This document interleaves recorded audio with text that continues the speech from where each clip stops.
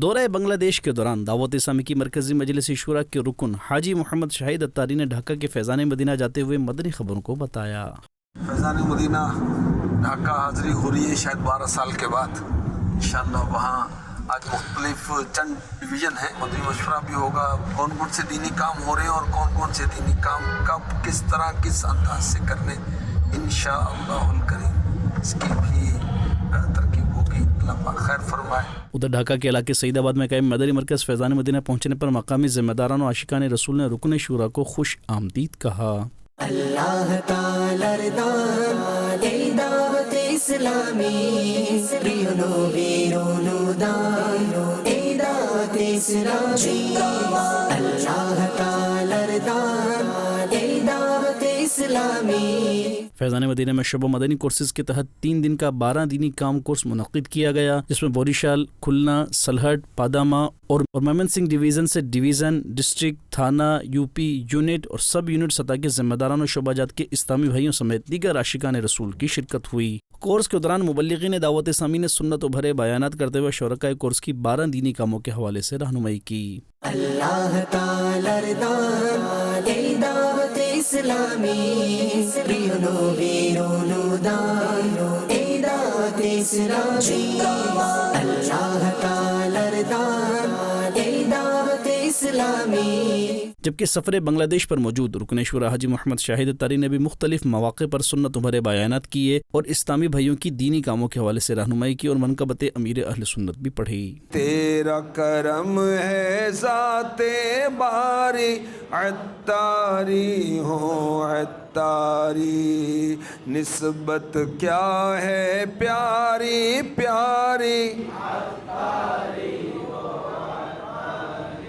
دوران کورس رکن شورا نے اسلامی بھائیوں کو 12 دینی کام بڑھانے اور اس میں مزید بہتری لانے کا ذہن دیتے ہوئے بتایا کہ امیر اہل سنت دامت برکاتہم العالیہ دینی کام کرنے والوں سے محبت فرماتے ہیں۔ امیر اہل سنت نے ایک بار نہیں کئی بار فرمایا، جو یہ چاہتا ہے کہ میں اس سے محبت کروں، اسے چاہیے وہ دعوت اسلامی کا کام کرے۔ وہ دین کا کام کرتے ہیں اور دین کے کام سے خوش ہوتے ہیں، تو ہم جتنا کام دعوت اسلامی کا زیادہ کریں گے انشاءاللہ الکریم امیر اہل سنت کا اتنا ہی فیضان ہمیں زیادہ حاصل ہوگا۔ ادھر کورس کے دوران مطالعہ کرنے کی اہمیت بتاتے ہوئے بالخصوص امام محمد غزالی رحمۃ اللہ تعالی علیہ کی کتب کا مطالعہ کرنے کا رکن شورا نے ذہن دیا۔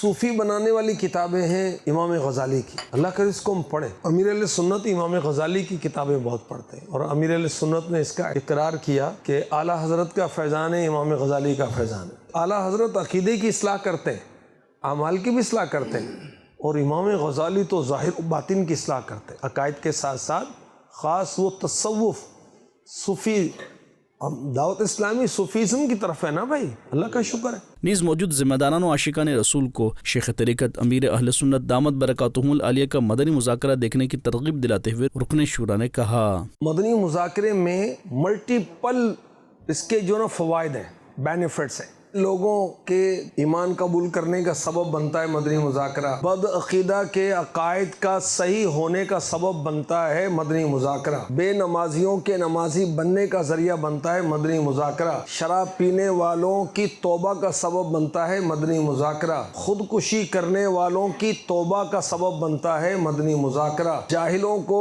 علم کا سبب بنتا ہے مدنی مذاکرہ، تنظیمی کاج کرنے کا طریقہ بتاتا ہے مدنی مذاکرہ، اور باطنی اصلاح، ظاہر کی اصلاح، اسلامک مینرز۔ مدنی مذاکروں میں الحمدللہ یہ فوائد ہیں کہ اسلامی بھائیوں کی بھی تربیت ہو رہی ہے، اسلامی بہنوں کی بھی تربیت ہو رہی ہے، عوام کی بھی تربیت ہو رہی ہے، اور دعوت اسلامی کے نگرانوں کی بھی، ماتحتوں کی بھی، اور جتنے بھی شعبے والے ہیں سب کی تربیت امیر اہل سنت فرماتے ہیں۔ کورس کے اختتام پر عاشقان رسول نے حاجی محمد شاہد اتاری سے ملاقات کی سعادت پائی۔